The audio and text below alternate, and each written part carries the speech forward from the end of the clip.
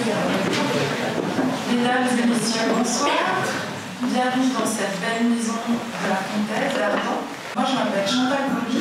Je suis responsable du projet Classe numérique à Ardon depuis 2011. Et c'est dans ce contexte, dans ce cadre, que nous avons invité ce soir Marcel Lebrun à intervenir. Bienvenue, Marcel, parmi nous. C'est un honneur, un grand plaisir. Mesdames et messieurs, je nous souhaite une bonne conférence. Nous allons profiter des vertus du magistral. Merci, Marcel, c'est à toi.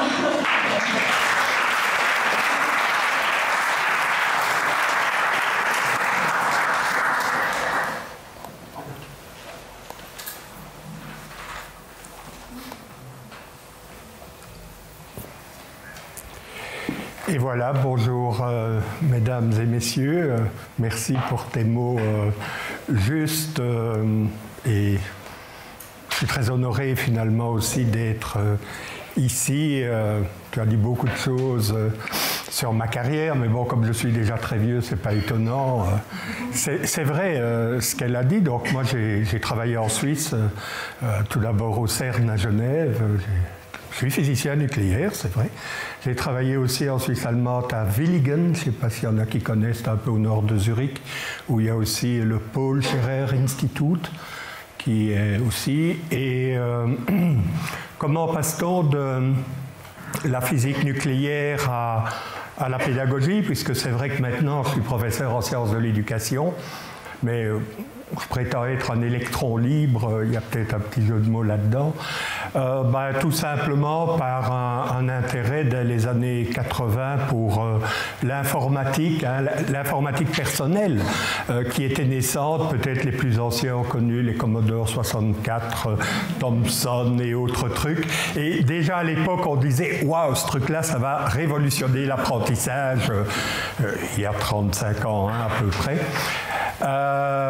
Et puis, oui, c'est vrai, j'ai développé des logiciels éducatifs en physique d'abord. Vous devinez ça, la course d'une balle de tennis, et on pouvait voir la vitesse et toutes ces choses-là. Et puis, on m'a dit, pourquoi tu ne ferais pas des trucs en géographie, en latin et puis, j'ai été avec des enseignants dans les classes, je veux dire des enseignants du secondaire, et j'ai été voir comment ça se passait. Et dans certaines classes, on est en 83, waouh, les profs disaient, c'est génial, les étudiants ont travaillé, ils ont challengé pour avoir la bonne réponse, et dans d'autres classes, les professeurs disaient « Ah, les trucs électroniques, plus jamais, plus jamais ». Les élèves sont arrivés avec des cartouches de jeu à l'époque, et ça a été le bazar intégral. Et là, je me suis dit, enfin non, je ne me suis pas dit, c'est quelqu'un qui m'a dit ça, une éminence dans le domaine des sciences de l'éducation. Je lui disais, mais comment ça se fait, sont les mêmes logiciels dans des classes et il m'a dit cette phrase tout à fait correcte. Tu sais, Marcel, les étudiants ne sont pas des particules élémentaires. Ah non, mais c'est très profond, parce que souvent l'enseignant, il imagine qu'avec son fluide quelque part, ce qu'il a dans sa tête, ça va passer dans la tête des étudiants. Vous voyez un peu là, comme les particules élémentaires, quand on met un champ magnétique, bloups, elles s'alignent et tout.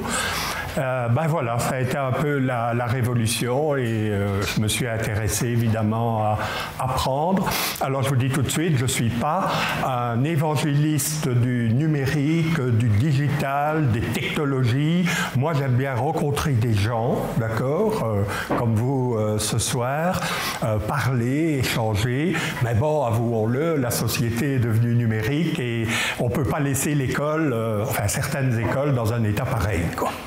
Et hérité du Moyen-Âge, pour parler clairement. Et donc voilà un petit peu ce dont je vais vous parler, ce grand dilemme que je n'ai pas résolu, où on entend tout à la fois les discours grâce aux technologies, maintenant on dit grâce aux MOOC, vous savez, ces cours en ligne. Tout le monde va pouvoir apprendre, écoutez le discours de 1980, c'est exactement la même chose, et d'autres qui disent les technologies vont abîmer le réseau social, on va former des autistes cognitifs devant leurs machines. Et alors ? Et alors, les technologies, c'est quand même pas le diable. C'est des hommes, des femmes qui ont inventé ces technologies. Elles sont là. Elles sont notre création. Et donc, quelque part, tout ce qu'on peut réfléchir, c'est comment les utiliser au mieux. Facebook, il n'est pas bien ou pas bien. Voyez-vous, c'est les usages que les humains, vous et moi, allons faire de ces outils-là. Alors, pour commencer, c'est vrai que je m'intéresse aussi à l'histoire, à Alexandre Cessa, à la vigne et à la viticulture. Tout ce qui passe par la main est bon pour moi. On va remonter quand même il y a très longtemps. Hein. On fait un saut en arrière, 2500, 2600 années, l'époque des philosophes grecs. Hein. Et Platon... Alors, vous ne pourrez pas lire toujours mes transparents, mais ce n'est pas grave, je vous les raconte. Platon raconte que Socrate racontait, parce que Socrate, il n'aimait pas les technologies, vous savez ça. Hein, il n'aimait pas l'écriture, hein, Socrate. L'écriture, c'est une technologie. Hein, parce qu'il disait, et le dieu Thoth, le voilà, hein, l'ibis égyptien, disait... C'est génial, tu sais, avec l'écriture, les hommes ne perdront plus jamais la mémoire et leur sagesse deviendra infinie. Et le pharaon, qui n'était pas né de la dernière crue du Nil, lui dit « Mais qu'est-ce que tu me racontes là ?» C'est juste l'inverse, parce que si on écrit, on ne va plus exercer la mémoire et on va la perdre, et la sagesse, c'est quand même pas dans l'écriture qu'on va l'apprendre. Tout est dit, je peux partir. Tout est dit. Ben oui, les technologies, vous savez, pour ceux qui ont des références plus récentes, il y a le côté clair et le côté obscur de la force, hein, Star Wars, quoi. C'est dans notre mythologie, c'est comme ça. Et à l'heure actuelle, c'est plus le dieu Thoth, évidemment, on l'a oublié, pas tous, mais enfin voilà. C'est peut-être lui, Bill Gates. Steve Jobs, il ne faut pas mélanger les deux, qui arrive avec l'iPad et qui dit, avec ce truc-là, vous allez voir, on va pouvoir apprendre partout, tout le temps, avoir accès à... Voilà, j'ai encore une fois dit l'essentiel, les technologies, moi, les discours, c'est bien. Est-ce qu'on doit être ami avec son élève sur Facebook? Est-ce qu'il faut mettre des tablettes dans les mallettes? Mais j'en sais rien du tout, moi. Ça dépend de votre projet pédagogique, ça dépend de votre projet d'école, de vos objectifs, hein, pour employer un mot pédagogique. Une tablette, ça peut être génial, et ça l'est dans certaines classes, c'est fabuleux ce qu'on fait avec ça. Et dans d'autres classes, il y a une pile de tablettes, et le prof se dit, mais qu'est-ce qu'on fait avec ça? Pourtant, moi, je donnais bien mes cours, pourquoi est-ce qu'on veut me remplacer par la technologie et tout. Alors... ce sera à la fois la structure de ma conférence et c'est aussi mon Graal. Hein. Chacun a ses petits trucs pour construire des conférences. Moi, c'est le Triskel. Alors, je vais vous expliquer tout de suite pourquoi. Tu disais tantôt, on essaie de trouver des variables invariables. Oui, c'est un peu contradictoire. En tout cas, des invariants. Hein. Il y a des choses dans l'apprentissage, on a beau dire, c'est le discours des pédagogues, ils ne s'entendent pas entre eux, etc. Mais il y a quand même des choses qui sont irréductibles au niveau de l'apprentissage. D'accord? Je vais essayer de vous en dire quelques-unes qui, peut-être pour certains vont dire, ils racontent des évidences, tant mieux pour vous. Et pour les autres qui diront, j'ai rien compris, ils seront expliqués par les autres. Ça s'appelle l'apprentissage collaboratif. Alors, le Triskel, pourquoi? Et pourquoi le principe de cohérence? C'est déjà vieux, hein, le principe de cohérence. C'est John Biggs, là, je crois que c'est vers 1999, qui dit quelque chose que nous savons tous, c'est que quelle que soit l'opération d'enseignement, de formation, de collaboration que l'on veut faire, c'est, je vous en prie, réfléchissez, cohérence entre vos objectifs, où on veut aller, parce que si on ne sait pas où on veut aller, on risque de se retrouver ailleurs et de ne pas le savoir. Parce que se retrouver ailleurs, c'est pas grave en soi, mais de ne pas le savoir, ça c'est grave. Et alors, la cohérence avec les objectifs et les méthodes. Et dans méthode, encore une fois, les Grecs, il y a ode, hein, ça vient de odos, ça veut dire le chemin. Le chemin. Hein, vous allez partir en vacances, quel chemin? Il y aura des autoroutes, mais il y aura des chemins de traverse aussi, d'accord? Et donc cette cohérence entre objectif, méthode, et alors j'ai mis le petit bonhomme avec sa loupe, l'évaluation, hein, ça nous préoccupe beaucoup. Comment est-ce qu'on va évaluer tout ce bazar, l'évaluation des apprenants, mais aussi l'évaluation du dispositif. Hein. Quand l'enseignant a donné son cours, normalement il s'arrête 2 minutes et il se dit comment je vais faire l'année prochaine, il y a des trucs qui ont été, qui n'ont pas été, etc. etc. Alors Lebrun, je ne sais pas, ça belge je crois, il s'est dit comme il y avait déjà 2 hauts là qui traînaient, on va rajouter les outils dans le Triskel parce que, oui je sais, vous savez autour de moi j'ai plein de grognons, hein, il y en a, hein, et ils me disent oui mais tu sais Marcel, vous savez avec un petit coup de coude comme ça, l'outil n'est que l'outil. Je hais cette phrase. D'abord, elle ne veut rien dire. L'outil n'est que l'outil, tu as envie de dire, oui, c'est bien. Mais non, cet outil dont on parle, le numérique, mais pour la plupart, en tout cas peut-être, il est rentré dans nos vies, il détermine la façon dont nous prenons les informations, dont nous travaillons, dont nous allons en vacances, dont nous prenons nos loisirs, dont nous avons des contacts avec nos enfants, etc., etc. C'est plus qu'un outil, c'est une culture, je pense. Et donc, je vais utiliser ces 3 volets, si vous voulez, objectif, méthode, outil, évaluation un tout petit peu, pour construire aussi cette conférence. Je vous en prie, quand on vous parlera dans 20 ans du nouvel outil technologique qui va révolutionner l'apprentissage, souvenez-vous, objectif, méthode, outil. Je pense que c'est fondamental. Et dans les objectifs, c'est les types d'hommes et de femmes qu'on veut, c'est peut-être ambitieux, mais qu'on va essayer de faire pour demain, avec un respect du passé, parce que le passé il nous a formés quand même, mais aussi se dire l'avenir, il est là et on va avancer. Alors, voilà, premier volet, la question d'objectif, pour moi une nécessité hein, de se pencher là-dessus. Alors rassurez-vous, je ne vais pas vous faire un cours sur les objectifs. L'étudiant sera capable de bla bla bla bla bla. Mais je vois vous riez, donc ça va, vous savez déjà toutes ces théories pédagogiques de la formulation opérationnelle des objectifs. On passe ça de côté, sinon il me faut 3 mois, hein. Bon, pas 1 heure. Mais peut-être revenir sur le fondement de notre action, le fondement de ce à quoi vous réfléchissez là maintenant, les outils, les machins, les méthodes, oui, mais le but c'est de faire apprendre quelqu'un. D'accord ? C'est ça. Et ce que je viens de dire n'a pas de sens. Vous ne pouvez pas faire apprendre à quelqu'un. C'est impossible.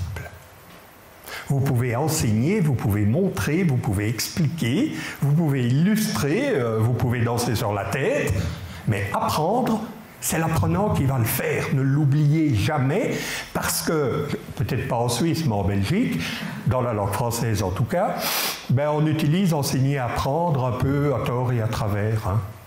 Qu'est-ce qu'on t'a appris à l'école aujourd'hui? Rien du tout. Personne ne peut m'apprendre quelque chose. C'est moi, dans ma tête, qui vais construire mes connaissances, évidemment influencé par l'environnement, par des maîtres excellents et toutes ces choses-là. Alors, si je vous dis ça, c'est parce que on parle souvent des technologies, on parle souvent de la classe, un peu comme si on avait un élève unique, là, l'élève moyen. Et on essaie d'avoir un discours qui passe entre les plus forts, les plus faibles, un peu partout comme cela. Et pourtant, apprendre, vous le savez bien, je vais aller très vite là-dessus, c'est une multitude de choses. Hein. Apprendre, c'est accroître des connaissances, assimiler des connaissances, donc tout ce qui concerne ce qu'on appelle le savoir, hein, parfois. Mais c'est aussi organiser les connaissances, c'est aussi acquérir des méthodes, c'est aussi, commettre des erreurs. Hein, quel est le statut de l'erreur dans nos enseignements? On ne va quand même pas enseigner des erreurs aux élèves. Vous n'avez pas besoin de leur enseigner, ils en ont assez dans leur tête quand même, non? Alors, mais faites attention à ceci, vous le savez bien, que si on enseigne sans tenir compte des erreurs que les élèves font, moi, à l'université, j'ai appris des tas de bazar. Hein. J'étais capable de les réciter à l'examen, je suis devenu physicien. J'ai tout oublié, n'est-ce pas? Et donc, il y a un fond irréductible là, qui va rester, qui est la culture, l'éducation, des choses comme cela. Alors les savoir-faire, mais aussi dégager du sens, percevoir des relations, interpréter le monde, hein, des choses comme cela. Agir, interagir, vous voyez, on rentre dans le côté relationnel de l'apprentissage. On apprend toujours tout seul, mais jamais sans les autres. Cette phrase a l'air un peu bizarre dans sa construction, pourtant elle est fondamentale. Elle n'est pas de moi, elle est de Philippe Carré, un pédagogue français, et finalement c'est se développer, etc. Et si je vous raconte ça, c'est parce que tout ce que nous allons faire dans notre métier de formateur, c'est une image implicite que nous avons de l'apprentissage, et nous allons essayer de mettre quelque chose autour de l'apprenant pour qu'il puisse apprendre. Vous voyez ? Alors, apprendre, mais enseigner, c'est quand même très symétrique. Hein. On a transmettre des infos, gérer des interactions, favoriser des changements de représentation. Et là, j'introduis une notion importante. Quand on parle de l'innovation et des technologies, les politiques, mais aussi les directeurs, les autorités, parfois des enseignants, on a comme l'impression qu'ils vont mettre sur pied un plan et que demain, après-demain, dans un mois, hop, on va changer l'école, quoi. Alors non, ça prend du temps, ces mécanismes-là sont longs, on les a montrés.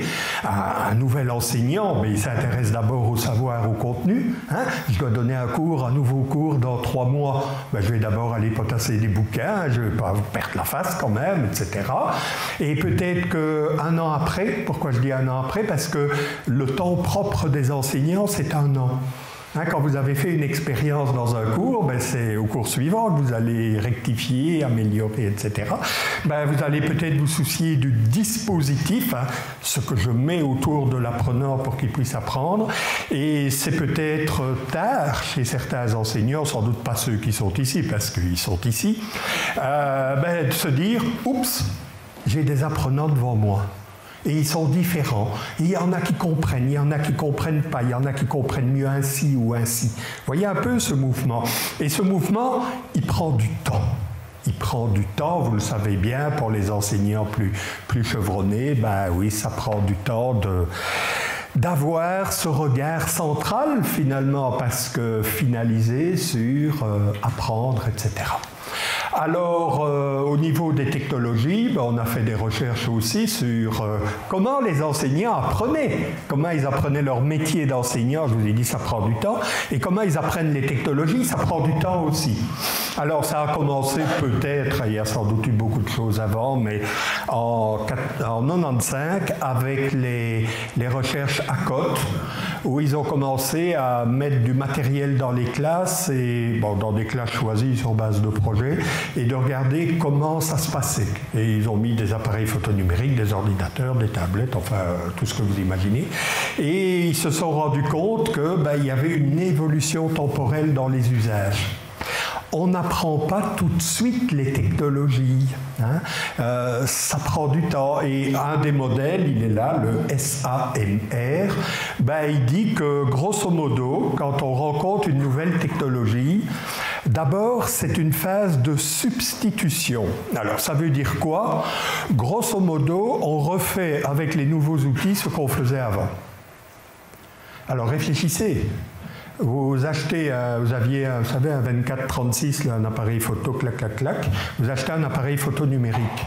Vous ouvrez la boîte, un mode d'emploi de 250 pages, un petit papier, rechargez bien les piles.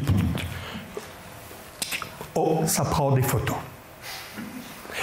Alors, ça c'est la première chose. Quand vous achetez un nouvel ordinateur, vous allez regarder si les logiciels que vous chérissiez dans votre ancien marchent toujours dans le nouveau. Hein, c'est ça. Mais en faisant ça, la substitution, donc, on risque de passer à côté des valeurs ajoutées. Avec un appareil photo numérique, on peut régler la balance des blancs, la sensibilité, etc., etc. Et ça, c'est le deuxième stade, c'est l'augmentation. On commence à utiliser des fonctionnalités supplémentaires. Et puis là au-dessus, on commence à modifier la manière dont on donne son cours. On dit, puisqu'on a des tablettes et qu'on a des ressources, on va dire aux élèves d'aller chercher les ressources eux-mêmes, par par exemple. Et puis, on va redéfinir, hein, c'est le stade ultime, l'école va être, la classe en tout cas, va être redéfinie dans les rapports au savoir, les rôles des enseignants, des étudiants, le type de méthode, bref, la totale, quoi. Et ça prend du temps. Donc sachez ça, et donc l'importance de travailler en équipe, d'être accompagné dans les classes et ces choses-là, parce que si on est tout seul, ben on risque de rester dans l'état de substitution dont je reparlerai tout à l'heure. Alors les compétences, on va quand même en dire quelques mots, parce que je vous ai dit, on ne va pas encore retravailler les définitions classiques des objectifs. Vous savez bien qu'on est dans l'ère pédagogique des compétences, hein, mais c'est pas fini, hein, l'Europe, enfin vous non, mais enfin l'Europe, elle nous prépare déjà l'après-compétences, ce qu'on appelle les learning outcomes, les acquis d'apprentissage. J'en reparlerai un petit peu tout à l'heure, mais les compétences, c'est déjà intéressant. Et quand on regarde les définitions là, des pédagogues, Jean-Marie de Quetel, ben, c'est lui, mon mentor, qui a parlé, tu sais, les étudiants ne sont pas des particules élémentaires. Quelqu'un que je connais bien, Jacques Tardif, Université de Sherbrooke. Ben, c'est vrai, quand on voit ces définitions, on se dit, oh, mon Dieu, mais quelle est la bonne définition ? Allez, arrêtez, ils disent tous la même chose, non? Il y en a un qui parle de mobilisation, un autre qui parle de savoir agir. Savoir agir, c'est mobiliser aussi. Mobiliser des connaissances, des savoirs et des capacités, c'est les fameux savoir-faire. Et l'autre dit de combinaison efficace d'une variété de ressources internes et externes. Et tout ça, on doit mettre en branle dans des situations problèmes. Et lui, il dit dans des familles de situations. Alors moi, je vous dis tout de suite ce que j'explique à mes étudiants, parce que je n'ai pas de temps à perdre avec les définitions tautologiques et labyrinthiques. Je leur dis, c'est quand même très simple, voilà la définition des compétences selon Marcel Lebrun. Il y a des contenus, on peut appeler ça les savoirs, les connaissances, bref, ce qui se trouve dans les bouquins, ce qu'on peut médiatiser finalement, hein, ce qu'on peut médiatiser, numériser. Il y a les capacités, c'est lié quand même au savoir-faire, en n'oubliant pas que quand on dit que quelqu'un a la capacité de, l'étudiant sera capable de, on n'en est pas dans l'exécution, on dit oui, normalement il devrait être capable de. Et les compétences, elles ajoutent le contexte. Tu es compétent? Ok, voilà une situation, montre-moi comment ça marche. Et donc, pour moi, les compétences, c'est ma définition. Les pédagogues, ils n'aiment pas ça. Hein. C'est beaucoup trop simple. Bon, moi, j'appelle ça les CCC. Capacité, contenu, contexte et basta. Et on en a assez pour nous, les praticiens, travailler. Hein. On a des savoirs à transmettre, les savoirs sont importants. On a quand même des savoir-faire et il faut savoir mettre tout ça en branle dans des contextes, des situations problèmes, des cas, des études de cas. Vous appelez ça comme vous voulez. Alors, toujours au niveau des savoirs et des compétences, je crois que, je suis certain, vous aurez le diapo, donc vous aurez les références là, qui sont là. J'aime beaucoup dans ce domaine-là la conversation entre Michel Serres, philosophe français, et Bernard Stiegler, philosophe français, donc ça va bien. C'est une conversation qu'on trouve facilement sur Internet, et c'est assez amusant de voir, j'ai épinglé deux phrases, hein. Celle de Bernard Stiegler, je vous ai déjà parlé de ça, c'est pas la technique en soi qui est toxique, c'est pas Facebook qui est toxique. Facebook, c'est des serveurs quelque part avec un logiciel. Mais si parfois Facebook, ça dérape, hein, en Belgique, peut-être en Suisse, je ne sais pas, mais on a entendu des élèves qui étaient carrément lynchés sur Facebook par des condisciples ou même des professeurs, ça traduit simplement notre incapacité à utiliser correctement Facebook. Qu'est-ce que vous voulez que je vous dise? C'est pas Facebook qui met des insanités sur le réseau. Hein. N'oubliez pas ça. C'est quand même faire un vœu d'humilité, finalement. Et de ne pas s'assujettir à la machine qui serait quelque chose de tout à fait puissant, qui serait capable d'avoir des actions bien et pas bien. Alors, Michel Serres, lui, il nous dit autre chose. Il nous parle de ceci. Il dit, de plus en plus, avec le numérique, nos savoirs, nos connaissances, elles sont externalisées. Oh non, c'est pas vrai, si, c'est vrai.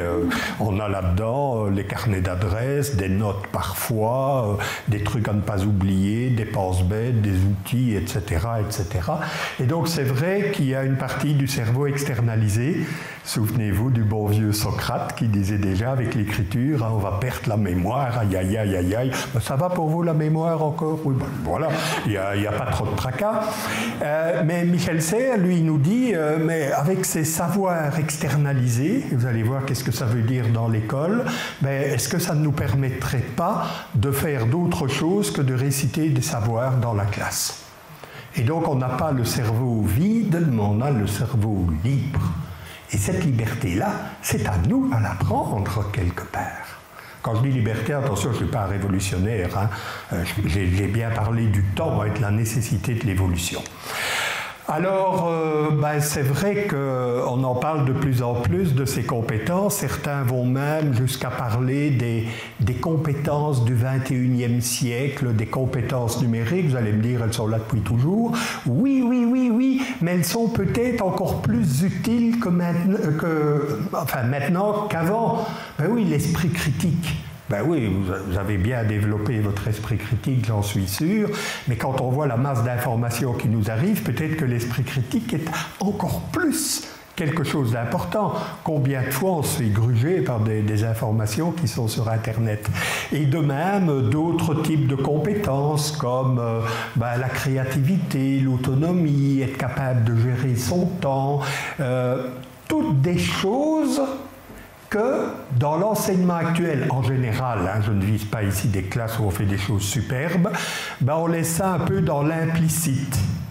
On dit, ah oui, travailler en équipe, c'est important, donc, allez, travailler en groupe, là, je vous donne un exercice, travailler en groupe. Est-ce que vous croyez vraiment qu'en travaillant en groupe, on va apprendre à travailler en équipe ? Alors que dans l'entreprise, il faut venir des experts qui expliquent à des équipes comment travailler collaborativement. Ce qui veut dire qu'il y a les savoirs et les savoir-faire, oui, bon, ça va, on sait, mais il y a probablement des savoirs sur les savoir-faire, comment gérer une équipe, comment mener un projet, comment faire une analyse critique. Et il y a des bouquins là-dessus. Hein. Vous allez dans vos grandes librairies, vous allez voir des livres, donc des connaissances, des savoirs qui portent sur des compétences. Et à contrario, nous allons devoir apprendre à exercer des compétences, des savoir-faire, qui vont agir sur des savoirs. Pas peut-être pour nous, mais pour nos élèves, apprendre à créer, à communiquer, à partager des connaissances, des savoirs qu'on a été chercher. Et donc, vous voyez l'imbrication dans laquelle on se situe. Il ne s'agit pas seulement de savoir des savoirs et de savoir-faire des savoir-faire. À l'UNIF, il y a les cours donnés par le prof, il y a les TP donnés par l'assistant, donc on voit bien. Non, il y a des croisements qui vont se faire entre les deux et ceux-là sont importants. Et donc, oui, je suis en train de dire que dans l'école, on devrait former, non pas implicitement, mais explicitement, à ces compétences transversales. Et ne pas croire que ça va venir un peu de l'ère du temps, les pays où il y a plus d'oxygène, ça va aller mieux, etc. Non, non, non, non, non. Il y a des savoirs là-dessus et il ne suffit pas d'exercer, il faut avoir les savoirs nécessaires et aussi probablement, c'est souvent oublié, le temps de réflexivité. C'est-à-dire quand on a fait un travail de groupe, pas dire voilà les enfants, c'est fini, travail de groupe, on ferme les cartables et tout, mais savoir s'arrêter 10 minutes avant la fin du cours pour interroger les groupes. Comment ça se fait que vous avez bien travaillé en groupe? Quel a été l'élément déclenchant pour que dans votre groupe-là, on ait pensé à ceci? Et donc d'avoir le temps de construire des savoirs sur les compétences. Oui, c'est beaucoup plus compliqué que l'étudiant sera capable de, etc. Alors parce que pourquoi? Vous savez, la génération C est là, hein, moi je l'appelle génération C, on dit les digital natives, les enfants du numérique, c'est moi quoi, qu'est-ce que vous voulez, qu'est-ce que c'est de cette histoire? Ça c'est les Québécois qui racontent, il paraît que c'est les enfants nés entre 84 et 96. La belle affaire, ils sont nés avec le numérique, mais nous, la plupart ici, on a une force considérable sur eux. Le numérique, on l'a vu naître. Non? Alors arrêtons de croire, encore une fois, que parce que l'enfant, il y a 6 siècles, est né à l'âge du livre, il a su lire. Non. Avec le numérique, on pense la même chose. Ils sont nés avec le numérique, puis ils connaissent le numérique. Mais non, ils ne connaissent pas le numérique. Alors, ils savent faire command sur Facebook, mais c'est tout, quoi. Et donc, nous allons avoir une flopée de niais si l'école ne se saisit pas de ce concept du numérique. Et pourtant, je les aime beaucoup, je suis très indulgent avec eux, parce qu'ils utilisent quand même, je suis passé, le numérique pour communiquer, pour créer et pour collaborer. Oh oui, ils le font encore benoîtement et tout, mais ça, c'est toute compétence. On commence doucement, l'esprit critique. Qui a déjà terminé son acquisition de l'esprit critique ici? Non, on va continuer à le construire. Et donc on commence qui perd. Le petit enfant, là, il marche encore un petit peu comme ça, et un jour il marchera bien. Et donc je pense que c'est quand même important de se dire que ces zinzins avec lesquels les jeunes jouent maintenant, c'est quand même des exercices balbutiants de compétences sur lesquelles nous devons nous appuyer aussi pour les faire sortir de l'âge de l'enfance avec le numérique. Alors, oui, c'est vrai, quand ils ont quitté l'école, ils rentrent dans l'entreprise, là on l'appelle la génération Y.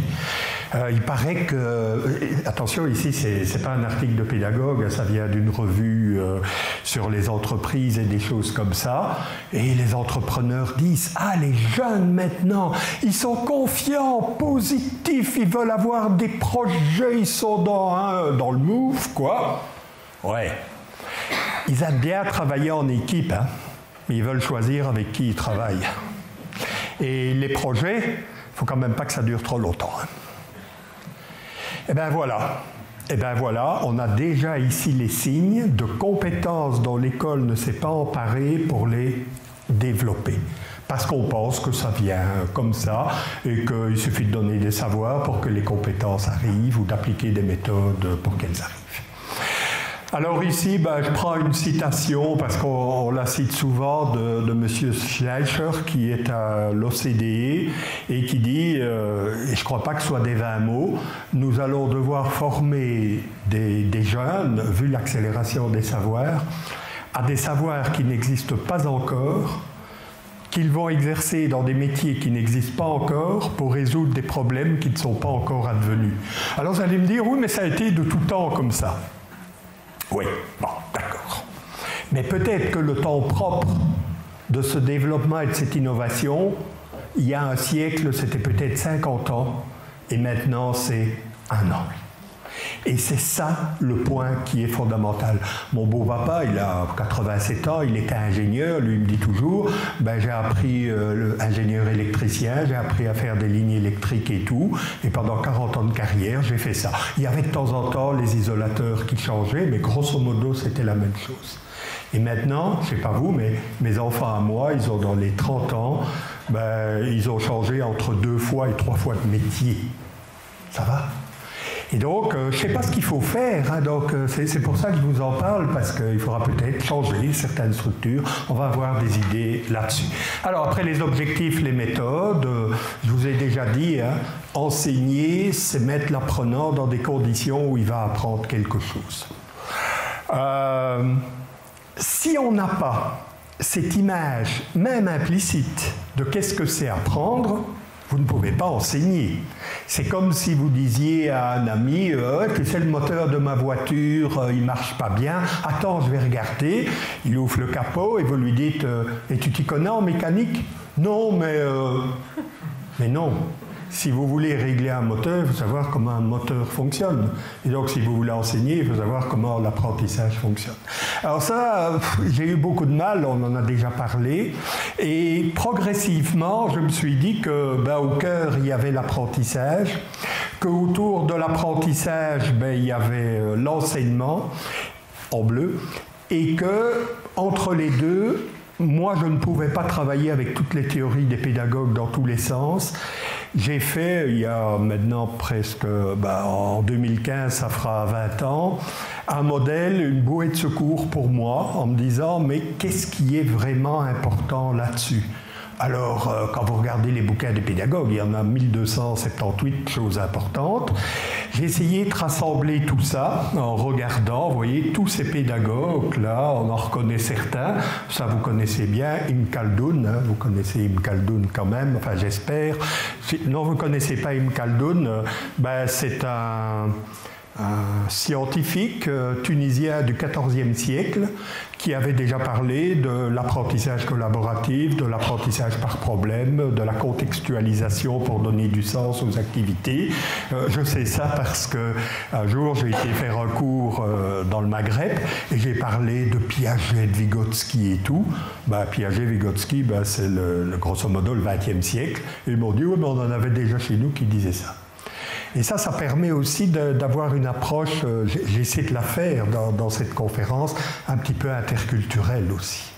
Beaucoup de choses, le calcul, l'algèbre, etc., sont des choses qui nous viennent des Grecs, mais qui sont passées par les Arabes, etc., etc. Alors mon modèle, il est assez simple. Vous avez à votre gauche information, des ressources, des savoirs, des connaissances, des multimédias, des livres, des textes, l'Internet, enfin tout ce que vous voulez. Vous allez devoir planifier des activités parce que c'est au travers de son activité qu'il va pouvoir construire ses connaissances. Vous savez, moi je résume aussi, peut-être ça va faire bondir, mais la théorie de Piaget par exemple, le constructivisme, l'enfant construit ses connaissances, grosso modo ça se résume à « je ne peux pas apprendre à ta place ». D'accord ? C'est ça quand même la base. C'est lui qui va devoir construire ses connaissances. Et il va pouvoir le faire au travers d'activités. Et quelque chose qu'on oublie souvent, des productions, des tâches. Un chef-d'œuvre. Maman, regarde ce que j'ai fait à l'école. D'accord ? Ça, on l'oublie. On oublie que l'activité cognitive qui se passe donc dans la tête, c'est encore mieux quand elle est instanciée dans le résultat, un travail de fin d'études, un problème qu'on a fait, une petite expérience scientifique dans le primaire, etc., etc. Alors ça, c'est facile à retenir, c'est input, process, output. On retrouve le physicien, là, ce bouffe, comme ça. Mais je vous en conjure, quand vous pensez à vos dispositifs technologiques, réfléchissez d'abord à ça. Quelles ressources vous allez donner, quel type d'activité et qu'est-ce que vous allez demander aux étudiants de faire, tout simplement. Avec évidemment deux autres pôles, oui, la motivation, parce que vous avez beau faire tous les dispositifs du monde, si vos étudiants ne rentrent pas dedans, ça ne servira pas, donc vous les conviez dans un dispositif d'apprentissage, et une fois qu'ils sont rentrés dans le dispositif, vous allez avoir besoin d'interaction. Alors, interaction, vous savez, mes étudiants, ils sont tout à fait impertinents à Louvain. Il y en a certains qui me disent, mais avec un ton de suffisance, d'ailleurs certains le pensent ici, je vois les regards, mais enfin, monsieur Lebras, dans votre modèle, il manque l'évaluation. Mais non, elle est là. Elle est là. L'interaction sur le processus, l'activité, et l'interaction sur le produit, la tâche, la solution, le projet, etc., etc.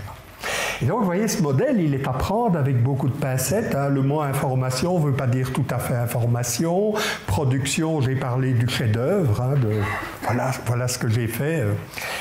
Motivation, on sait bien qu'il y a toutes les théories de motivation. Vous prenez Roland Villot, il va vous dire le sens attribué à la tâche, la perception de compétences, de contrôlabilité, etc. Mais oui, mais mettez tout ça autour de mon modèle, vous allez voir, ça marche bien.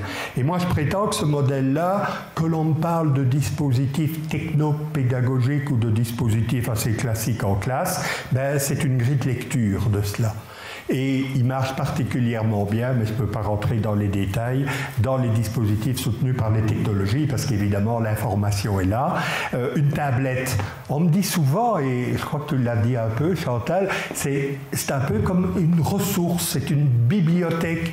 Mais non, Une tablette, c'est aussi un outil de création, d'activité. Il y a des logiciels qui permettent de dessiner, de construire, de modéliser, etc., etc. Vous voyez? Et avec ce modèle-là, je crois qu'on peut commencer à réfléchir à des utilisations à valeur ajoutée des technologies. Alors, le résumé, former, qu'est-ce que c'est? Ben, former, c'est donner à l'apprenant des occasions d'apprendre, point à la ligne, et basta. C'est tout. Oui, mais vous êtes quand même un fameux socio-constructiviste. Mais pas du tout. Regardez ce que je fais maintenant. Si vous trouvez qu'à un moment donné, dans un contexte, dans une leçon, à un moment, vous devez prendre la parole et faire du magistral, ben, c'est que vous avez estimé que cette partie-là, c'était une façon de donner une occasion d'apprendre. Et donc, vous voyez, cette définition, elle est quand même un peu passe-partout. D'ailleurs, moi, je suis rassuré, je vous le dis tout de suite. Einstein le disait. Je n'enseigne pas à mes élèves, je leur donne des occasions d'apprendre. Et alors, ben, vous connaissez le dernier, hein, je ne sais pas si j'ose en parler, Michel Serres, qui est quand même dans mes idoles. Tout le monde a lu ici Petite Poucette, hein, j'espère, parce que si vous n'avez pas lu Petite Poucette, vous n'avez pas droit ouvert à la fin.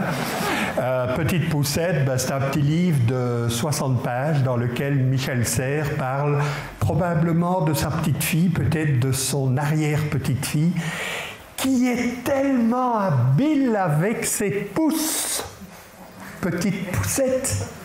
Et il parle de cette jeune fille, on ne sait pas très bien à certains moments, qui doit avoir 7-8 ans, et qui va vivre dans ce numérique-là. Et il relativise les ressources. Il redéfinit les rôles des enseignants, etc. Ça vaut la peine de lire Petite Poucette. Mais attention, ne le lisez pas si vous êtes cardiaque, parce qu'il a quand même des phrases fortes. Allez, qu'est-ce que vous voulez encore transmettre à vos élèves? Tout est transmis. En France, je dis en France parce que je suis en Suisse, hein, ils veulent tous numériser des ressources. Alors c'est la grande machine qui numérise. Hein. Mais à quoi ça sert, les ressources? Ben, un jour, un prof m'a dit « Oui, mais tu sais, moi j'enseigne le 3e principe de la thermodynamique et on ne trouve rien sur Internet. » En 3 minutes, je lui avais trouvé des textes, des diapos, des animations, des simulations, des feuilles Excel pour calculer les rendements des machines, bon, etc. Allez, allez, allez, des ressources, on en a. Il faut arriver maintenant à trouver ces activités et à faire des productions aux élèves. Alors, les théories pédagogiques avancent. Hein, je vous ai parlé de, Piaget, je ne peux pas apprendre à ta place. Vygotsky, on apprend toujours tout seul, mais jamais sans les autres. Voilà, vous avez vu comment je résume, mais ce n'est qu'une heure. Hein, bon. Alors, il y a aussi maintenant, vous le savez, des nouvelles théories, hein, le connectivisme. Alors ça, c'est Georges Siemens, il est toujours vivant, lui, hein, donc il n'y a pas de problème pour lui. En fait, il a repris les théories du socio-constructivisme, hein, donc on apprend toujours tout seul, mais jamais sans les autres. Il les a mis à l'ère numérique. Il les a replongés dans notre contexte à nous maintenant, en disant des choses comme... oui, les jeunes que nous formons, ils vont rencontrer des situations, des nouvelles connaissances, des activités auxquelles ils n'auront pas été préparés, ils devront bien être capables d'apprendre à apprendre, de continuer à apprendre toute la vie durant. C'est un peu un slogan, mais c'est quand même comme ça. Il remet en place l'apprentissage informel. Vous vous souvenez, là, dans les cours de récréation, on apprenait aussi plein de choses, hein, à la maison. Et maintenant, vous vous rendez compte, à la maison, il y a Internet, il y a la télévision. J'ai des profs comme ça, en premier bac, on dit chez nous, c'est la première année du supérieur, qui me disent, mais enfin, Marcel, moi, dans mon cours... tu sais, je donne cours de chimie, hein, je peux quand même pas commencer avec des problèmes, mes étudiants ne connaissent encore rien. J'ai envie de le prendre et de le foutre par la fenêtre. Mais oui, ils connaissent encore rien. Mais si, ils ont entendu parler des OGM, ils ont entendu parler de tel truc dans telle entreprise chimique, etc., etc. Vous allez me dire, oui, mais c'est pas juste qu'ils connaissent. Je vous ai dit, si on ne tient pas compte du pas juste des étudiants, vous pouvez mettre des emplâtres de juste autant que vous voulez, ils vont tomber comme un mauvais emplâtre sur un mur. Hein. Il faut accrocher les connaissances à ce que l'étudiant sait déjà, c'est quand même la base. Et donc, ben voilà, l'apprentissage informel, tout ce qu'on récolte autour de nous et qui peut faire évidemment débat, controverse. L'apprentissage est un phénomène, je l'ai dit, qui se déroule tout au long de la vie. Comment ça se fait que dans certaines littératures, on dirait que l'apprentissage tout au long de la vie, ça commence à 24 ans? Mais c'est ridicule, quoi. On confond l'apprentissage tout au long de la vie avec la formation continue. Mais non, l'apprentissage tout au long de la vie, elle commence alors on va dire un an pour dire quelque chose, à l'école maternelle, etc. Et donc moi je crois qu'un des drames dans nos sociétés, en France, en Belgique, peut-être ici, ben, c'est finalement que tous ces réseaux, finalement, ils travaillent en une certaine autonomie, alors qu'on devrait vraiment voir un continuum qui se construit. Je vais vous parler de pédagogie tout à l'heure, je crois qu'elles sont déjà très présentes à l'école primaire. Et puis, en tout cas chez nous, patatras, dans l'enseignement secondaire, c'est les lois les principes de la thermodynamique et les machins. Et la petite flamme que j'avais chez mes enfants quand ils avaient 8-9 ans, quand ils avaient fait des expériences de science, avaient un verre d'eau, mais une feuille de papier, boum, on le retourne et le papier tient, quoi. Ah, ils vous montrent ça, il y a des petites flammes dans les yeux, ils arrivent au secondaire, on commence à leur parler de la chaleur spécifique de machin et de la dynamique du truc et tout s'éteint. Ben c'est triste, d'accord? Et moi j'aimerais bien que des instituts travaillent avec des profs d'UNIF et des profs du secondaire et que ça parte de la base en bottom-up pour repenser un peu la logique intégrale de l'école. Vous voyez, apprendre toute la vie durant. Les technologies sont en train de changer notre façon de penser. Si, hein, c'est vrai. Vous allez dire non, pas chez moi. Ben, si, c'est vrai. On a montré, par exemple, par, vous savez, RMN, etc., ben, le cerveau de personnes qui lisent un livre ou le cerveau de personnes qui regardent des pages web, ben, les zones activées ne sont pas les mêmes. Hein.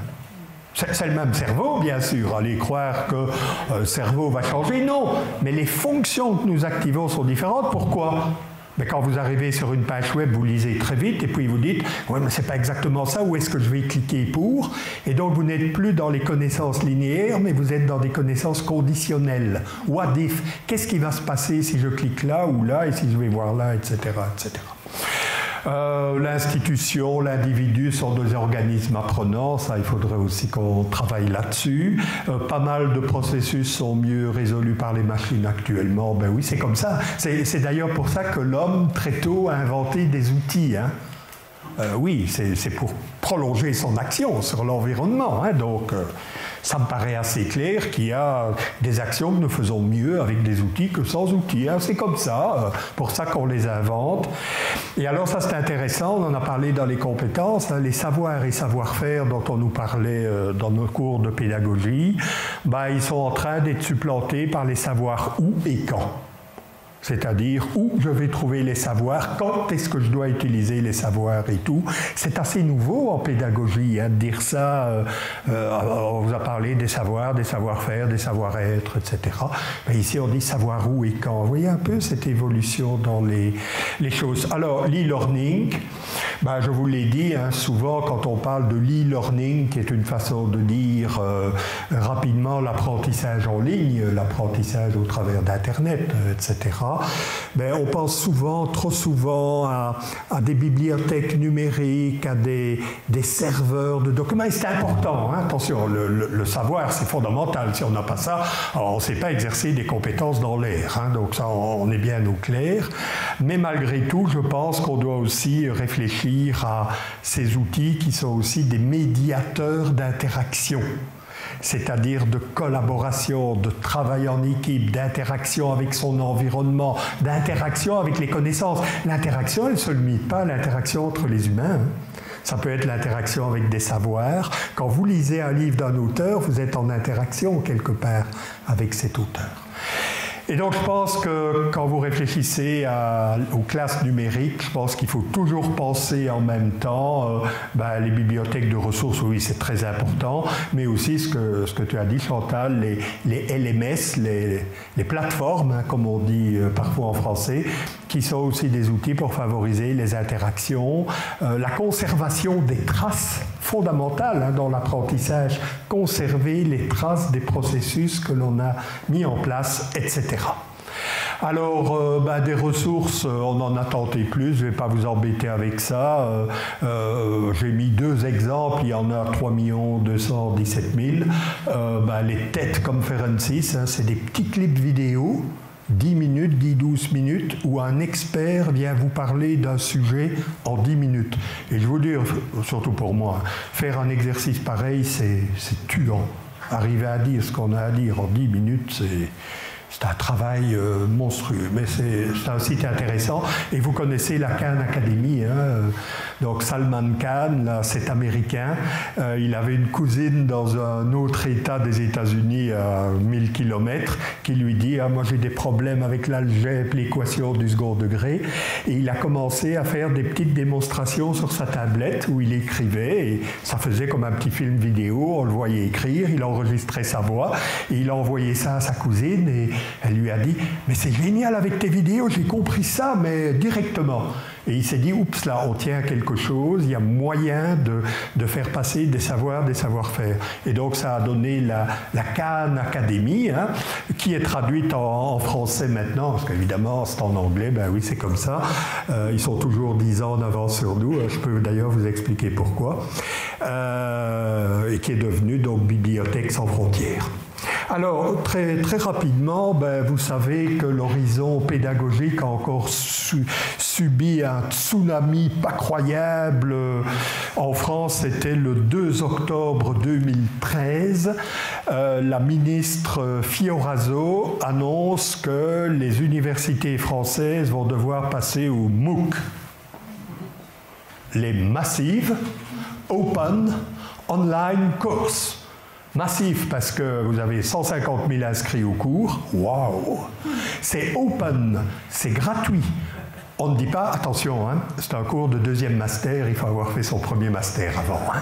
Non, vous y allez, c'est online, vous y allez quand vous voulez à peu près, et ce sont des cours. Alors elle a appelé ça, la ministre, fun. C'est amusant. Hein? Avant, il y avait les serious games. Maintenant, il y a le fun learning. Quoi, hein? Bon. Non, fun, ça veut dire France Université Numérique. Et le soir même, j'étais en France et j'entends parler de ça. J'ai été voir sur Le Monde. Et effectivement, l'université française passe de l'amphi au cours en ligne. Et je lis cette phrase. Comme les abbayes au temps de Gutenberg, les universités, dans leur forme actuelle, vont disparaître. J'y crois. Mais oui, j'y crois. Et il est bien mis dans leur forme actuelle. Hein. Il n'est pas mis que les universités vont disparaître.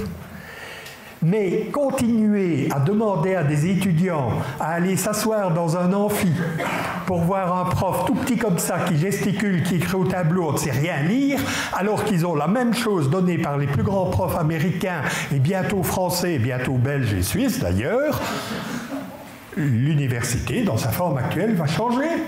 C'est tout à fait clair. Michel Serres le disait, le savoir, il est distribué. Hein. Alors, il faut voir la tête des profs. Hein. Bon, ils ne sont pas très contents. Bon, ben voilà, ils vont devoir changer quand même tout cela. Et je pense que c'est inévitable à l'ère numérique. Alors, les MOOC, ça a commencé en 2008. Hein, mais ce n'était pas des cours filmés. George Siemens et Stephen Downes, les premiers MOOC, c'était des MOOC connectivistes. C'est-à-dire, ils ont ouvert des plateformes pour faire des échanges de pratiques, du co-apprentissage. Ça pouvait être entre les enseignants qui partageaient des ressources, etc., etc. Et, nom du Dieu, ils ont été récupérer le même mot, MOOC, pour ça. C'est-à-dire des cours filmés. Ils ont appelé ça des MOOC. Moi, j'appelle ça de l'usurpation. Parce qu'on partait d'une belle idée de communauté, et tout à coup, MIT, Stanford commencent à diffuser des cours sur YouTube, où on voit le professeur qui donne cours, vous verrez ça tout à l'heure, et ils ont appelé ça des MOOC. Ben oui, c'était massif, c'était open, c'était online, c'était des cours, mais l'idée était tout à fait différente. Alors, ce petit prof là, qui a commencé à donner ses cours sur YouTube, c'est devenu des consortiums. Vous avez peut-être entendu parler de edX, de Coursera. Allez voir un Coursera, vous tapez ça dans Google, edX, vous allez avoir des cours, mais dans tous les domaines. Alors, j'ai des collègues, de nouveau, vous savez, le petit coup de coude comme ça, qui disent « Mais enfin, Marcel, c'est quand même pas ça des cours. Hein ». Et moi, je leur dis « Mais si, mais si.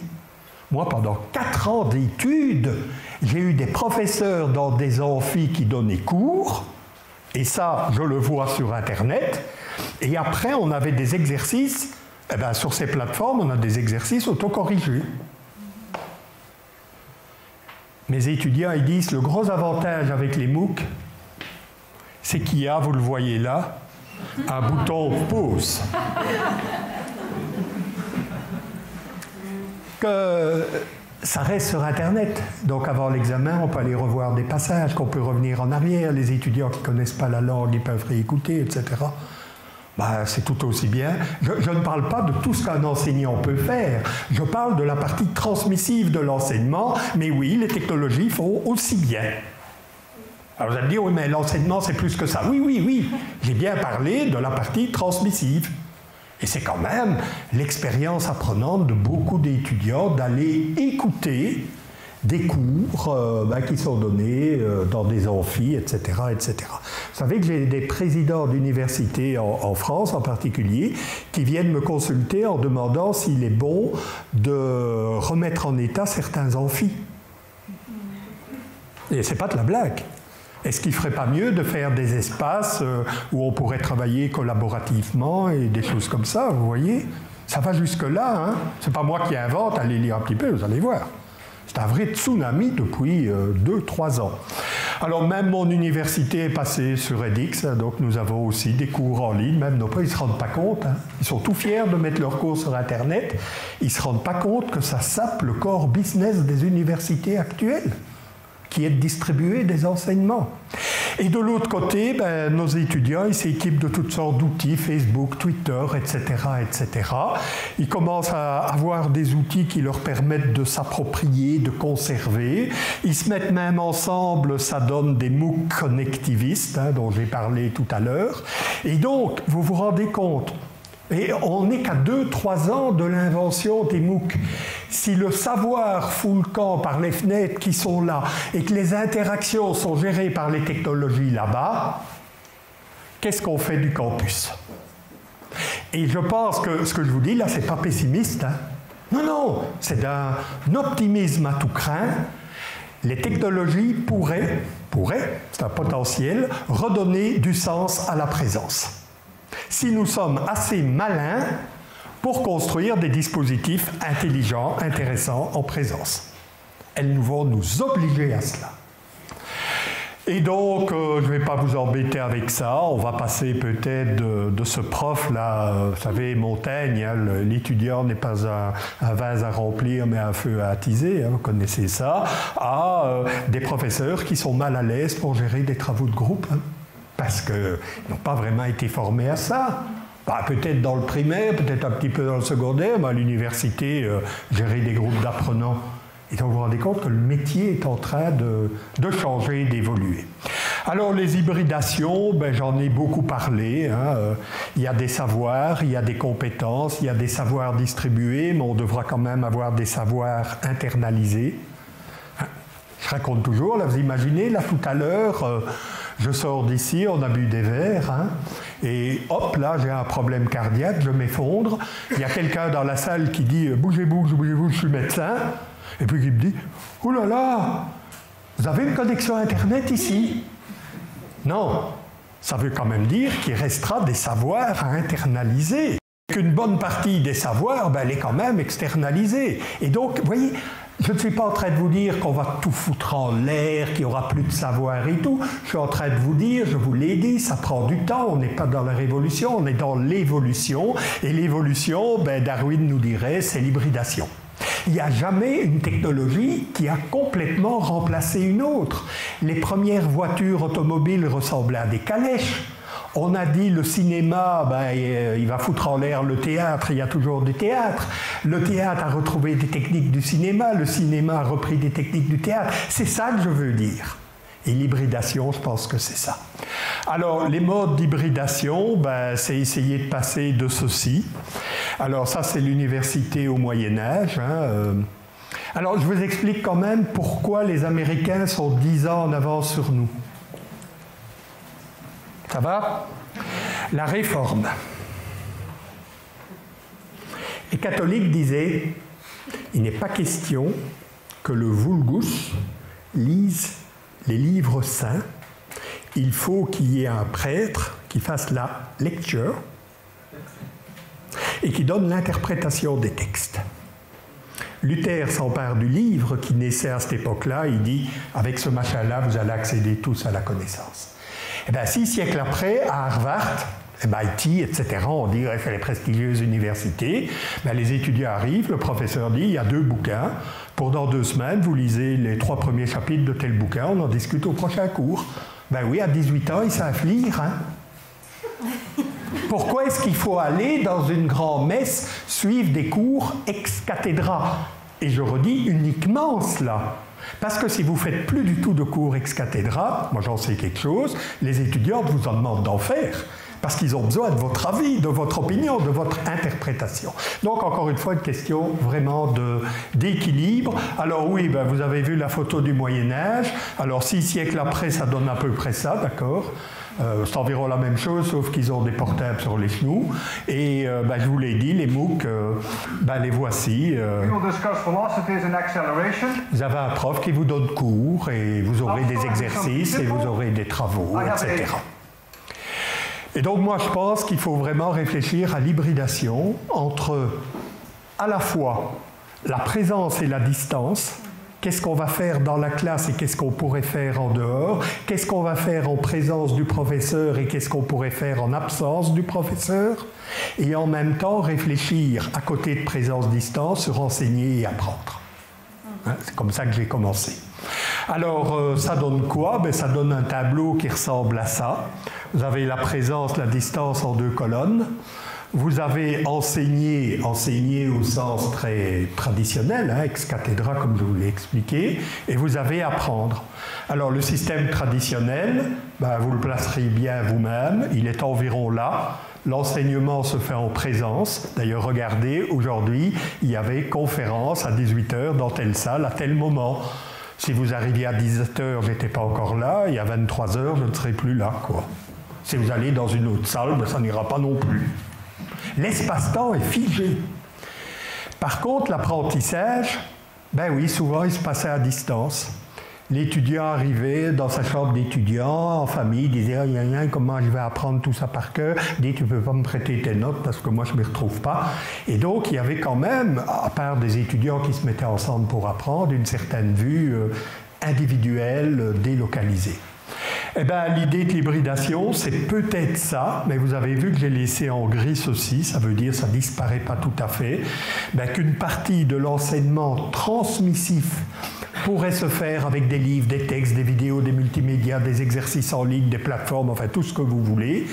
Mais n'oubliez pas, parce que sinon c'est fini du métier, que en présence, on pense à d'autres types d'activités. Et donc, les technologies, loin de déshumaniser, d'abîmer les relations. Vous vous rendez compte, monsieur Lebrun, mais si on met tous les cours en vidéo, il n'y aura plus d'interaction entre les professeurs et les étudiants. Allez, taisez-vous un petit peu. Dans un amphi de 250 étudiants, vous avez des interactions avec eux. Arrêtez quand même de toujours inventer des bazars pas croyables. Moi, je suis en train de vous parler d'un système qui fonctionne et qui vise à, autant que faire se peut, mettre des savoirs à l'extérieur pour retrouver du temps en présence, du temps pour l'interaction et la construction. Alors, c'est l'idée des classes inversées. Les flipped classrooms, c'est exactement ça. La partie transmissive, finalement, de l'enseignement, une bonne partie, on la met en dehors, ce que l'étudiant peut apprendre. Remarquez, ça existait depuis longtemps. Hein. On aurait pu le faire avec le livre. Hein. On ne l'a pas tellement fait. Hein. Moi, je me souviens, à l'école secondaire, mes parents devaient acheter une pile de bouquins comme ça pour l'école. J'en ai encore dans la garde-robe chez mes parents, on ne les avait jamais ouverts. Hein. Oui, mais enfin, bon, il faut se rendre compte à un moment, il faut arrêter l'aberration, hein, ou bien on dit on ne change rien, mais à l'heure actuelle, on ne peut plus raisonner comme ça va trop vite. Donc oui, le petit slogan, là, lecture at home, voilà, and homework, les devoirs en classe. Alors, là je vais très vite, hein. La classe inversée, ce n'est pas un remplacement du professeur par des vidéos. Le professeur a beaucoup mieux à faire que de lire des livres.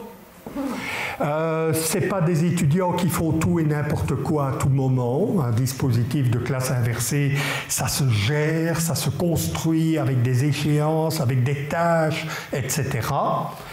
Et je pense que les classes inversées, c'est un moyen d'amplifier les interactions finalement et pas de les réduire. Et peut-être aussi, vous devez y être sensible, de personnaliser les formes d'enseignement. Quand vous donnez du transmissif ici, je parle de la même façon à tout le monde. Si on avait fait passer une vidéo de cette conférence-là, 5-6 jours passés, et que je serais venu parmi vous uniquement pour répondre à des questions, c'était pas mieux? Bon, oui, d'accord, ce serait mieux. Mais vous auriez regardé les vidéos? Ça, c'est peut-être le problème. La procrastination. Oh, il y a la vidéo de Lebras, je ferai ça le week-end. Oh, mais il faut faire les courses, nettoyer la maison. Mais oui, mais c'est ça. Ce que je suis en train de vous dire, c'est que nous sommes des humains et que tout ça va devoir se construire ensemble. Sinon, on risque de faire pire que mieux. Et donc, l'idée des classes inversées, c'est profiter de la numérisation des ressources, mais aussi de profiter de la connectivisation des interactions pour redonner du sens à la présence. Ça, c'est vraiment comme ça que je vois les choses. C'est faisable, c'est jouable. Moi, je fais des cours comme ça avec mes étudiants de plus en plus. J'ai des chapitres de livres, des textes, des vidéos, mais pas seulement. Mais pas seulement, non, ce serait beaucoup trop simple. Oui, je vais aller assez vite ici, parce que je vous en ai parlé. Hein, donc l'enseignant va devoir repenser les espaces-temps, il va devoir repenser les rapports savoir et compétences. Les rôles vont parfois être inversés. Les étudiants, c'est, ben oui, au lieu que vous répondiez à des questions que les étudiants ne se posent pas, vous risquez de devoir répondre à des questions qu'ils se posent. C'est peut-être moins facile, hein? Parce que se cacher derrière un transparent, là, ce que je fais maintenant, ça c'est facile, hein? J'ai préparé ça hier, aujourd'hui, un petit discours bien rodé en avant, c'est facile. Mais arriver là avec des étudiants sur base de tâches, hein, pas simplement leur dire « regardez la vidéo, je répondrai aux questions », ça ne marchera pas. Mais dire « tel groupe, vous regardez les 10 premières minutes de la vidéo, vous synthétisez les 3 premières idées. Le groupe là-bas, vous faites la même chose pour les 5 dernières minutes. » Ils viennent avec des tâches. Et vous là-bas, le groupe, vous croyez que vous n'allez rien devoir faire? Eh bien, vous allez devoir synthétiser les réponses que je vais donner à ce groupe-là et vous là-bas. Et là, on rentre dans la construction d'un dispositif avec des objectifs d'activité, de production. Et donc, l'élève ne peut pas simplement se dire ouais, je vais regarder la vidéo, ouais, de toute façon, si on ne regarde pas la vidéo, le prof va reprendre le cours. Non, donner des activités, des tâches, des échéances. Alors, je vais me reposer un tout petit peu, j'ai presque fini, parce que je ne veux pas que vous repartiez avec l'idée, les flipped classroom, les classes inversées, c'est les étudiants apprennent des savoirs en dehors de la classe, et ensuite le prof fait des débats, répond aux questions en classe. Non, non, ça peut être beaucoup plus que ça. Ça peut être demander aux élèves de préparer une partie de la matière et de venir la présenter devant l'amphi. Et en faisant ça, vous allez développer la compétence à la synthèse, à la communication, au travail d'équipe, s'ils doivent travailler à 4-5 là-dessus. Vous voyez un peu l'idée. Alors, pour faire le petit clin d'œil, je vous montre ici, c'est en anglais. C'est des enfants de, on va dire, 9 ans, 8-9 ans. Le professeur leur avait donné par groupe des techniques de multiplication différentes. Je crois qu'en Suisse, en Belgique, on enseigne les mêmes techniques de multiplication, hein, 127 x 342, 2 x 7, 14, je retiens 1, etc. Mais il existe des dizaines de techniques. Et le prof, là, je ne parle pas de l'intérêt pédagogique, avait dit aux élèves, et vous allez présenter, etc. Et vous allez faire la présentation en faisant des petites vidéos avec vos tablettes. et vous viendrez présenter ça. Alors ça donne ceci, lattice multiplication, ça veut dire multiplication par tranche. Alors attention parce que suivez bien, il y aura quand même un petit truc juste après.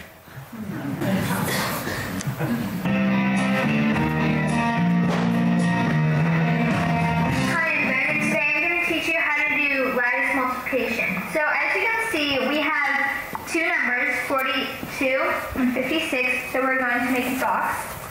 And we're going to split it in half because 42 is a two-digit number. So you put the 4 in one column and 2 in the other. And then you see there's two numbers right here, 5 and 6. So you're going to split it across. So you put the 5 in this row and 6 in this row. And then you want to make sure that you have these lines. So you want to do like this, 4 down, 5 across, because 5 and 4, they intersect. So 5 times 4 is 20, 5 times 2, 10, 6 times 2 is 12, and 6 times 4 is 24. Then what we're going to do is we're going to add up every row. So we're going to do 2 plus nothing, because there's nothing there, is 2. 4 plus 1 is 5. 2, 0 plus 1 is 3. And then 2 plus 0 is 2. So your answer is 2,352. Ça va? Vous avez compris? Alors, on s'est mis d'accord avec Chantal pour avoir le verre tout à l'heure. Vous devez chacun faire 347 fois 152. Oh, il n'y a pas de virgule, ça va. Oui, d'accord. Alors, c'est amusant parce que vous avez vu un truc très simple, mais alors, vous voyez le rôle du prof et oui, mais si quand vous additionnez une colonne, ça dépasse 10, vous allez avoir un report. Où est-ce qu'on le met, le report? Dans la colonne suivante, etc., etc. Oui. Et ça, je l'ai tenté avec des institutrices, je travaille aussi en formation, et elles ont fait faire ça par les élèves avec des multiplications, vous savez, par 11, par 99, par 101. Et elles m'ont montré les vidéos des élèves, mais là, ils avaient fait ça simplement avec une petite caméra, ils faisaient ça au tableau, et ils se filmaient. Sincèrement, vous auriez vu le sourire des élèves. D'accord? Vous avez vu ça, et vous comprenez des choses. Et les autres, il y avait un silence dans la classe, parce que c'était Daniel qui présentait la multiplication par 100. Je pense que là, il y a des idées. Alors, ça, je vais aller assez vite, parce que vous allez me dire, oui, mais vous faites du blabla, est-ce qu'il y a des recherches là-dessus, est-ce qu'on sait? J'ai participé, je vais très vite, à une recherche sur les dispositifs hybrides. Ça se passait dans l'enseignement supérieur, mais je pense qu'on peut très bien déplacer. Moi, je ne pense pas qu'il y ait vraiment de différence fondamentale quand on pense à ces techniques-là. Les objectifs de la recherche étaient finalement de se dire, quand vous parlez de l'hybridation, d'un côté, vous avez l'enseignement traditionnel en présence, et de l'autre, vous avez l'enseignement complètement à distance. Mais entre les deux, il y a des modalités à n'en plus finir. Et on s'est posé la question, est-ce qu'il y a des types différents entre le traditionnel et l'enseignement à distance? Et une fois que nous avions trouvé ces types-là de dispositifs, on regardait, est-ce que ces types de dispositifs produisent des effets différents sur l'apprentissage, le développement des enseignants, l'école, etc., etc. Alors les types, ça ressemblait à ça. Nous avions, je ne vais pas quitter, nous avions des composantes, 14 composantes qui définissaient un dispositif hybride. Donc un dispositif où on mélange. Et ça touchait les activités qui sont faites en présence et à distance. Ça touchait les outils d'aide à l'apprentissage. Ça touchait la disponibilité de ressources multimédia, ou bien que les étudiants devaient eux-mêmes fabriquer des multimédias. On a vu un exemple. Ça touchait à l'accompagnement. l'accompagnement cognitif sur les savoirs, mais l'accompagnement métacognitif sur la méthode, etc., etc. Ça touchait à l'ouverture. Est-ce que le professeur va accepter d'utiliser des ressources qui ne sont pas de lui? Est-ce qu'il va utiliser une vidéo qu'il a trouvée sur YouTube, par exemple? Alors, ce que vous voyez là, c'est le type 1. Vous voyez que tout est racrapoté au centre. Ben ça, c'est l'enseignement quasiment traditionnel. Et puis, vous allez voir, on a trouvé des types différents, donc qui se comportaient différemment sur les accompagnements, les ressources. Alors ça, c'est beaucoup trop compliqué, il me faut 3 heures pour l'expliquer. Alors je vous propose des images. Le premier type, c'est la scène. Alors la scène, vous devinez, le professeur sur l'estrade, etc., à peu près comme moi. Pas tout à fait. Le 2, c'est l'écran, ça c'est moi. Je suis sur la scène, mais j'utilise aussi l'écran. D'ailleurs, je l'ai fait, je pourrais vous montrer des vidéos, des choses comme ça. Le 3, c'est le cockpit. Le professeur est aux manettes de sa plateforme, il envoie des annonces, il ouvre des groupes, il envoie des exercices, etc. Ce sont des configurations centrées sur l'enseignant. C'est lui qui est aux manettes, c'est lui qui est le centre du jeu. Et puis, on a trouvé 3 autres configurations centrées apprentissage. Les types 4, 5, 6. Alors le premier, c'est l'équipage. Le prof, c'est le skipper. Il s'assied dans le bateau et il dit « Toi là-bas, tu fais ça. Toi, attention, là-bas, plus par là, etc. » Il accompagne les apprenants qui sont sur le voilier. Le 5, c'est le métro. C'est-à-dire que le professeur donne un champ d'exercice très très large, mais il y a des balises, il y a des points de passage obligés. Il faut faire tel travail pour telle date, etc. Et finalement, le 6, l'écosystème, toutes les composantes sont saturées. Eh bien, ce que nous avons trouvé, c'est que ces 6 types-là, les voici, type 1, type 2, type 3 jusqu'à type 6. Les courbes que vous voyez, donc les types, c'est déterminé à partir du dispositif du professeur. Qu'est-ce qu'il a mis en place? Les courbes, c'est ce que leurs élèves ont répondu sur des paramètres d'apprentissage. La motivation, est-ce que les ressources m'ont aidé à apprendre? Est-ce que l'accompagnement m'a facilité ceci? Est-ce que les activités? Bon, toutes sortes de questions comme ça. Regardez un petit peu. La perception des étudiants passe de entre 20 et 40% d'accord, et là-bas nous sommes entre 75 et 85% d'accord. Alors qu'on ne me dise pas, oui, mais c'est pas prouvé les effets, mais si, vous le savez bien que c'est prouvé. Si on a des approches orientées apprentissage, si on mesure l'apprentissage, il sera quand même beaucoup plus grand que si on a une approche exclusivement centrée sur l'enseignement. Alors les classes inversées, je termine.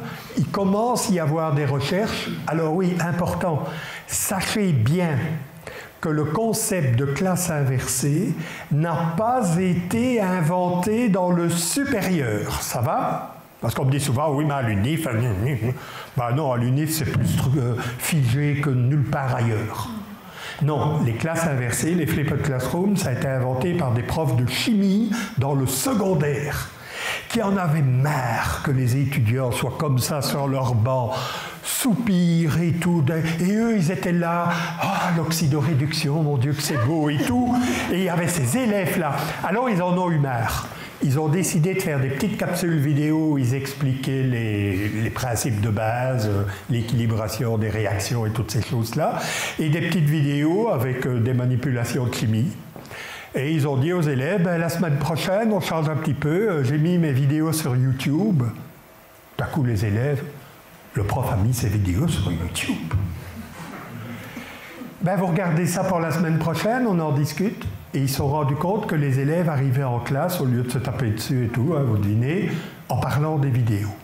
Et là, ils se sont dit, on tient à quelque chose. Et c'est Berkman et Sams, dans des cours de chimie, des profs du secondaire, qui ont inventé le concept. Et ce qu'on voit déjà dans la littérature, c'est que les étudiants disent qu'ils sont plus motivés par cela. Mais attention, il y a des restrictions. Ils préfèrent quand même avoir la partie transmissive par vidéo que par un prof. mais ils disent aussi qu'ils ne sont pas bien préparés à ça parce qu'ils ont quand même du mal à gérer leur temps, à gérer les activités, etc. Ce qui nous rejoint à ce que je vous disais au début, la nécessité de former les étudiants à ça, ça ne va pas venir comme ça. Moi, j'ai connu mes premières Flipped Classroom en 1972 avec un professeur de mécanique rationnelle, Nicolas Rouch. Mécanique rationnelle, c'est pas rigolo, hein? Bon. Et il a fait ça. Il est venu, il dit, moi j'ai un bouquin, pour la semaine prochaine, vous lisez le chapitre 1. Bon. La deuxième semaine est arrivée, le prof était là. Tu vas voir, il va faire son cours. Il n'a pas fait son cours. Il a dit, vous avez lu le chapitre 1? Vous avez des questions? Et les élèves ont commencé à chercher dans leur cartable. Il y a eu quelques questions. Après 20 minutes, il a dit ben voilà, mesdames, messieurs, c'était le chapitre 1, c'était un peu normal, c'était facile. Hein. Ben pour la semaine prochaine, vous lirez le chapitre 2. Troisième semaine, il a commencé à avoir plus de questions. Et la quatrième semaine, nous nous réunissions entre nous pour préparer les questions que nous allions poser aux professeurs. Tout ça, c'est des questions de mentalité. Les profs, ils me disent, les étudiants ne regarderont jamais les vidéos, ils n'iront pas ça, ils ne feront pas ci, etc. Et moi, je leur réponds, et qu'est-ce que vous en savez? Expérimentez dans vos cours. Essayez, non pas tout, mais 2 semaines. Pour un point de la matière où vous trouvez ça intéressant, essayez d'expérimenter les classes inversées. Je suis certain qu'un an après, vous faites passer tout votre cours comme ça. Il faut oser, et surtout, oser la confiance envers les étudiants. Alors ça, je passe rapidement, ce sont des résultats qui montrent l'appréciation des étudiants par rapport aux classes inversées.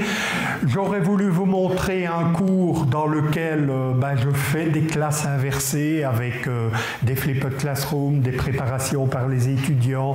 À un moment donné, je leur demande de faire un mini-colloque et dans le mini-colloque, je demande à un groupe d'évaluer le travail d'un autre groupe. Et alors, ils me disent, mais monsieur, c'est pas à nous à évaluer le travail des autres étudiants? Et je dis, ah, pourquoi? Ce sont nos amis, hein? Et moi, je les regarde et je dis, ce sont vos amis. Aidez-les à faire un meilleur travail. Et ça fonctionne. Ça va? Quand je leur demande de faire une présentation, je le disais à Chantal, je termine toujours par un « étonnez-moi ». Et ils m'étonnent. D'accord? Essayez la confiance envers les étudiants. Je ne vais pas vous embêter avec tout ça. Vous allez trouver dans la vidéo. Vous allez aussi trouver pour iSup un outil d'autopositionnement si vous allez sur le site qui vous permet d'évaluer votre propre dispositif. Je termine avec les technologies en vous disant le plus grand risque selon moi que les technologies nous font encourir, c'est ce que je vous parlais, la substitution, que j'appelle aussi la fossilisation des pratiques. On met dans la technologie et on dit « Oh, je suis en numérique maintenant » et on n'essaie pas de trouver les valeurs ajoutées. Et ça, je l'ai schématisé par ce petit dessin que vous connaissez. Vous avez le professeur traditionnel qui utilise un outil traditionnel. Vous avez le professeur moderne, un numérique comme ici, hein, qui utilise les nouvelles technologies. Le gros problème, c'est qu'il fait la même chose qu'avant avec son aspirateur. Et ça ne marche pas bien. Eh bien, vous riez, hein, mais la plupart des résultats sur les technologies, ça montre ça. Il n'y a pas d'effet des technologies, mais quand on creuse un petit peu, non, c'est parce que les professeurs font la même chose qu'avant avec les nouveaux outils. Et donc, dernière dia, dans le rapport technologie-pédagogie, ma conviction, c'est que les technologies peuvent, potentielles, contribuer à la valeur pour l'apprentissage des méthodes que vous mettez en place, donc peuvent contribuer à l'amélioration de la pédagogie, ça c'est clair. Et que vous me parliez des tablettes, des LMS, des MOOC et tout ça, oui, il y a un potentiel. Le gros problème, c'est que pour que les technologies manifestent leur impact, il faut que la pédagogie change d'abord. Et ça, c'est un drame parce que c'est systémique. Vous dites, mais les technologies peuvent influencer la pédagogie, vous savez. Oui, mais il faut que la pédagogie change avant. Et ça, c'est difficile. Je pense que la clé, elle est quand même là quelque part. Et donc, entre les promesses, les conditions, je crois que je vous ai baladé pas mal. Vous aurez des lectures sur les classes inversées, ces choses-là. Et je crois que j'en ai fini. Le diapo est déjà disponible sur Internet. Vous ne m'avez pas vu, mais je l'ai mis en ligne là tout à l'heure. D'accord? Et oui, on va quand même faire une conclusion valable. Alors, j'ai demandé à quelqu'un d'autre de la faire parce que je suis assez crevé. Et donc, voilà, j'ai demandé à Michel Serres de faire la conclusion de ma conférence. Il a accepté gentiment, donc voilà. Eh bien, mesdames, messieurs, je voudrais conclure cette conférence par un mot catastrophique. Catastrophique. Les nouvelles technologies nous ont condamnés à devenir intelligents. Nous allons devenir intelligents, c'est-à-dire comme nous avons le savoir devant nous, comme nous avons l'imagination devant nous, etc. Mais oui, nous sommes condamnés à devenir inventifs, à devenir intelligents, c'est-à-dire devenir transparents.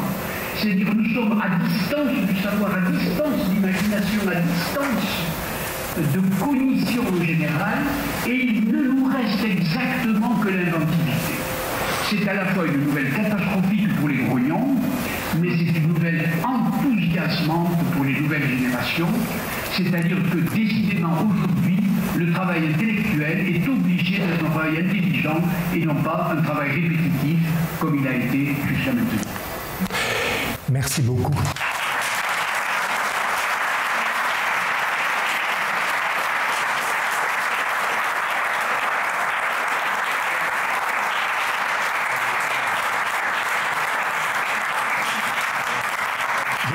J'ai été trop long, mais c'est comme ça. Marcel, je te remercie. Je remercie aussi la commune d'Ardon qui nous accueille et qui soutient nos projets de Classe Numérique depuis le début. Merci beaucoup. Je crois que Jean-Marie, tu veux venir dire un mot. Messieurs, bonsoir. Mon administration communale, je suis très content de voir une salle aussi remplie et puis l'intérêt que vous portez pour les classes numériques. Je crois qu'on a suivi le deuxième slide, j'ai vu la méthode. Donc la commune d'Ardon a lancé ses classes numériques, comme tu l'as vu tout à l'heure. Et puis on a suivi la méthode, les outils utiles, et on a réussi l'objectif, puisque ce soir vous êtes présents. Donc on est content, on a réussi ça. En pratique, la règle est 3C, puisqu'on a communiqué. Donc maintenant, il faudra collaborer avec le bootcamp pour créer qu'on a l'enseignement numérique dans tout le canton du Valais.